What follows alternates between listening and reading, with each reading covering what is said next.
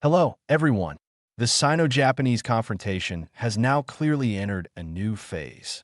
Externally, the United States and Taiwan have begun to openly join the fray and firmly back Japanese Prime Minister Takaichi, while the CCP continues its high-profile pressure campaign. For the moment, this pressure is still mainly limited to verbal barges and spittle flinging, but Beijing's real intention is gradually becoming visible. It wants to exploit the fact that Takaichi has only just taken office and is still stabilizing her position, using this diplomatic storm to deepen divisions inside Japan and ultimately force her to resign. Can the CCP's calculation actually succeed? Does Takaichi, who currently enjoys extraordinarily high approval ratings, truly face a crisis that could bring her down? I can tell you frankly, Beijing's scheme is by no means a pipe dream, and Takaichi cannot afford to be complacent. Separately, New York's Mao Zedong, Mayor-elect Zoran Mamdani, took the initiative today to request a meeting with President Trump, and the two held talks in the Oval Office. Many have mocked that little Mao couldn't hold out even before taking office and had to go begging Trump for money. Yes, his primary purpose was indeed to secure funding, but let's not underestimate Mamdani. There are clearly seasoned strategists behind him, and this visit may well turn out to be another carefully laid trap for Trump.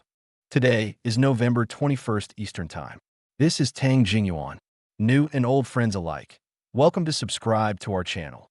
Together we use an objective perspective, logic, and common sense to dig out the truth behind the news.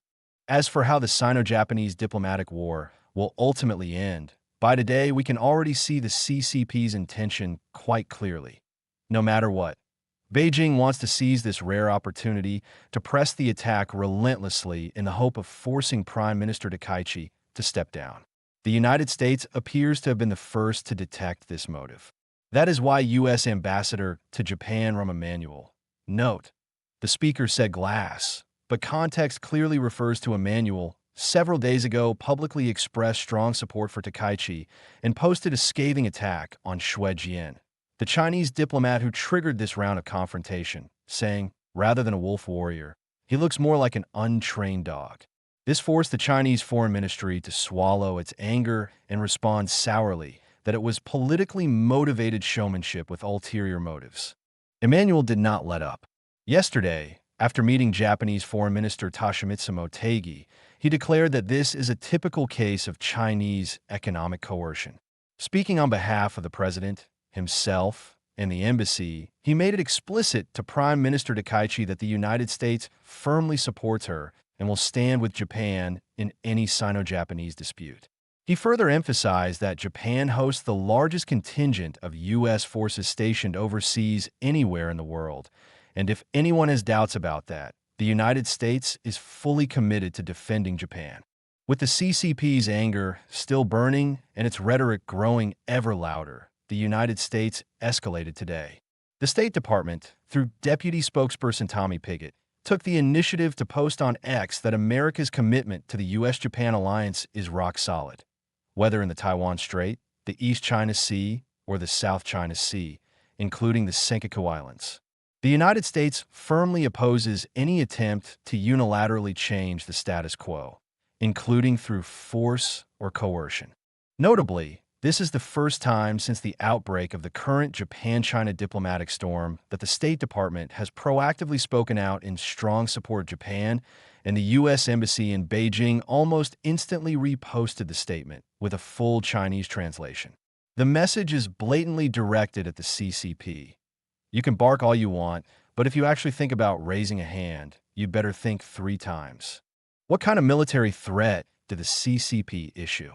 Earlier today, local time, the Chinese embassy in Japan posted on X in both Chinese and Japanese, citing the enemy state clauses specially established in the UN Charter. These clauses stipulate that if any of the former fascist or militarist states, Germany, Italy, Japan, etc., takes any steps to again pursue a policy of aggression, the founding members of the United Nations, the US, UK, France, China, etc., have a right to take direct military action against it without Security Council authorization. Clearly, the State Department statement was a direct response to threats of this sort. In my view, however, The CCP's move is a panicked, desperate throw of the dice that only invites ridicule. Why? Because these enemy state clauses were exceptional provisions created immediately before and after World War II, specifically to prevent the former Axis powers, mainly Germany, Japan, and Italy, from launching aggression again. The UN Charter was signed on June 26, 1945, in San Francisco, and these enemy state clauses were incorporated during the drafting and adoption process that year. China, that was a founding member and signatory at that time, was the Republic of China. The CCP was still hiding in northern Shanxi selling opium to raise military funds. Moreover, as early as 1995, the UN General Assembly passed a resolution acknowledging that these clauses had become obsolete and recommended their deletion. Because amending the Charter is procedurally complicated, the clauses remain in the text for now, but they have long lost any practical effect. When the CCP itself signed the 1972 China-Japan Joint Communiqué, it formally acknowledged that the abnormal state of relations between China and Japan had ended and that the two sides would not use force against each other. In other words, Beijing is effectively declaring that the joint communiqué it signed is now a historical document, while brandishing a truly obsolete historical provision, declared invalid by the UN and originally signed by the Republic of China, as justification for claiming that a Chinese war against Japan would be legal. One can only conclude that the brains of the officials at the Chinese embassy in Japan are not filled with water, but with gutter oil. Otherwise, they could not sink to such an absurd and laughable level. I suspect the United States saw that even the CCP's gangster tactics had reached this level of incompetence and simply had no patience to quibble over genuine versus fake historical documents. So Washington cut straight to the chase with one sentence. We have a huge number of troops stationed right there. If you want to pick a fight, we're ready anytime. Simple, effective, and it shuts down the CCP's verbal cannon completely. Besides the United States, Taiwan, as the party directly concerned in the principle that a Taiwan contingency is a Japan contingency, could not possibly remain on the sidelines. After previously criticizing the CCP's composite attack on Takaichi, President Lai Ching-te yesterday released a video smiling warmly at the camera, saying that now is a great time to eat Japanese cuisine. He specifically mentioned Kagoshima yellowtail, Hokkaido scallops, and Taiwanese squid, vividly displaying the rock-solid friendship between Taiwan and Japan. The clip was immediately picked up by all mainstream Japanese TV stations and major newspapers. Photos of President Lai holding Japanese seafood with chopsticks even appeared instantly in Tokyo subway cars and on the famous advertising wall in Shinjuku. For Prime Minister Takaichi, this is exactly the kind of timely and much-needed support she requires. Today, when asked by reporters at the Prime Minister's official residence about Japan's judgment of a situation threatening its survival, she stated that the government has offered explanations multiple times since the Abe era, and the position of the Takaichi administration remains unchanged and consistent. At the same time, she noted that in her summit with Xi Jinping and President Yoon, they confirmed the main direction of comprehensively promoting a mutually beneficial relationship based on common strategic interests and constructing a constructive and stable relationship. That approach has absolutely not changed. Prime Minister Takaichi's statement is crystal clear. She publicly reaffirmed that she will neither apologize nor retract her previous remarks, yet she is willing to look forward with China and develop win-win relations. This is a textbook example of a dignified and composed stance. One might say the response of a mature statesman. Compared with the CCP Foreign Ministry's non-stop rabbit howling, the contrast in caliber is obvious. Why does the CCP insist on escalating the rhetoric and threatening war? Of course, it has an ulterior motive. It wants to use extreme pressure to deepen internal divisions in Japan and force Takaichi out of office. Objectively speaking, that intention is not entirely fanciful. As everyone knows, Takaichi currently enjoys unusually high public approval, but translating that popular support into firm backing from Diet members is not necessarily the same thing. Support for Takaichi is concentrated mainly on online platforms, whereas Japan's mainstream media generally lean left and are more often critical or skeptical of her. Add to that the fierce criticism from opposition parties led by the Constitutional Democratic Party, and Takaichi's position is not nearly as secure as it appears on the surface. For example, CDP leader Noda Yoshihiko and the party's policy chief have publicly and harshly criticized Takaichi, saying her remarks crossed the line and that worsening Japan-China relations was reckless. As a former prime minister, Noda carries considerable weight in Japan. Even more noteworthy is the criticism from Japan Innovation Party co-founder Toru Hashimoto. A key reason Takaichi was able to become prime minister was the parliamentary majority secured through cooperation with the Innovation Party. At the time, the Innovation Party agreed to support her without joining the cabinet or taking ministerial responsibility in exchange for local policy concessions, arrangement that allows them to walk away at any time. On November 16th, Hashimoto publicly criticized Takaichi, saying Japan doesn't have that kind of strength, yet insists on talking tough, and this is the result.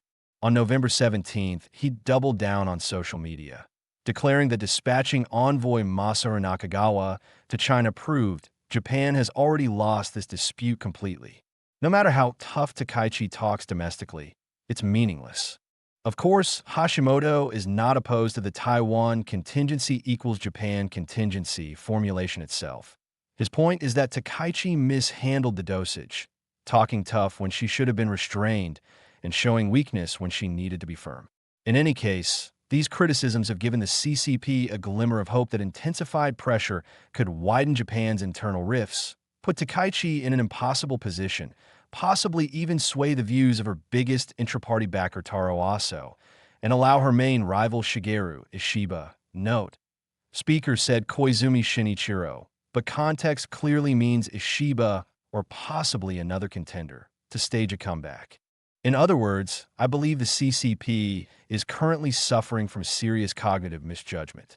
While the outside world generally believes Beijing's high-pressure tactics are only consolidating Takaichi's governing foundation in reverse, the CCP itself thinks the pressure may disintegrate the LDP, Innovation Party coalition. Now that the United States has spoken, the temperature of any Chinese threat of war has no choice but to cool down. But will the CCP actually escalate to a substantive trade war? For example, cutting off rare earth supplies again? I still think the probability is very low, at least for now. As of this moment, Xue Jian remains the key weather vane. He has not posted on X for 11 straight days, which indicates he is under strict internal control. If Xue Jian reappears and resumes his bombastic rhetoric, that would probably signal that the CCP is truly prepared to go all in. Shifting our focus to the United States, today's biggest story is undoubtedly New York's Little Mao Mamdani meeting President Trump at the White House. The meeting has concluded, and the outcome has left virtually everyone stunned.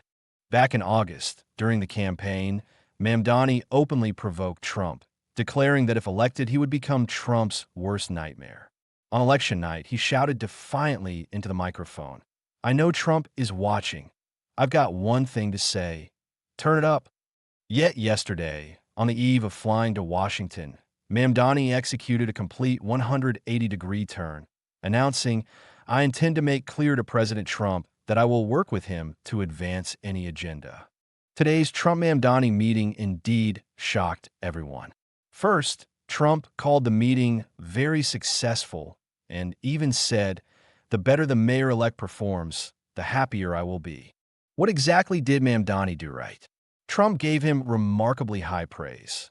He said he does not regard Mamdani as a jihadist, that he met a very rational person who genuinely wants New York to be great again. He said Mamdani is different from ordinary people and has a real chance to make a genuine contribution to New York. Trump then raised a very concrete New York issue, housing, and spoke highly of Mamdani's plan to build far more housing units, saying he wants to see housing built, wants to see rents come down. I agree with all of that. We may only differ on the how, that is, how to actually lower rents. Not only that, President Trump stated that he wants to help Mamdani a lot, not hurt him, because he wants New York City to become great. Even more astonishing, When a reporter asked whether Mamdani would take back his previous attacks calling Trump a fascist, just as Mamdani was about to answer, Trump jumped in to shield him, saying, "It's okay, just say yes." That's a lot easier than explaining. The journalists present were dumbfounded. The New York Post even jokingly headlined it as two politicians putting on a love fest in the Oval Office. The meeting went so extraordinarily well that nearly everyone is left scratching their heads.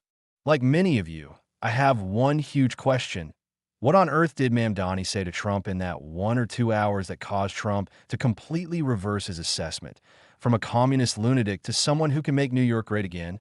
If you remove the names, you would think this was Trump meeting a rising young MAGA star, not the standard bearer of the Democratic Party's extreme left youth wing. There is no doubt that Mamdani's primary goal in proactively seeking this meeting was to persuade Trump's federal government to keep the money flowing to New York City. Trump had repeatedly said his administration would give New York only the bare minimum and would not allow a communist lunatic to waste huge amounts of taxpayers' money on pointless socialist experiments. Judging by Trump's reaction today, Mamdani unquestionably succeeded, spectacularly so.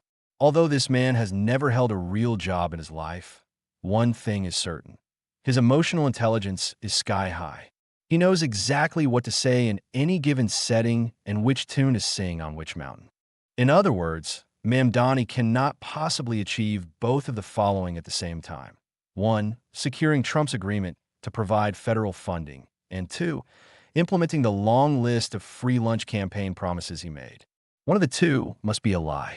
Either he used lies to flip Trump's impression and obtain support, or his free lunch promises are the lie, and his supporters who are eagerly waiting for handouts may soon discover that what falls from the sky is neither pine nor sister Lynn, but cold rain. I welcome everyone to leave comments telling us what you think is real and which is fake. In my view, Mamdani's dramatic about-face looks far more like a meticulously prepared trap. He is letting everyone see that I have done my utmost for the well-being of New Yorkers. I even humbled myself and went smiling to Trump. But if he cannot deliver on all those lavish free promises, it will be because Trump's support is indispensable. Thus, if the promises go unfulfilled, the blame lies entirely with Trump. It's not that I didn't try. It's that Trump is too evil. This is a very seasoned maneuver. If Trump gives the money, the credit goes to Mamdani. If Trump withholds it, the sin is Trump's. Even if Mamdani himself didn't cook this up, there are certainly veteran political operators on his team who did. If you agree with my take, please give us a like, and let's see how this drama continues to unfold.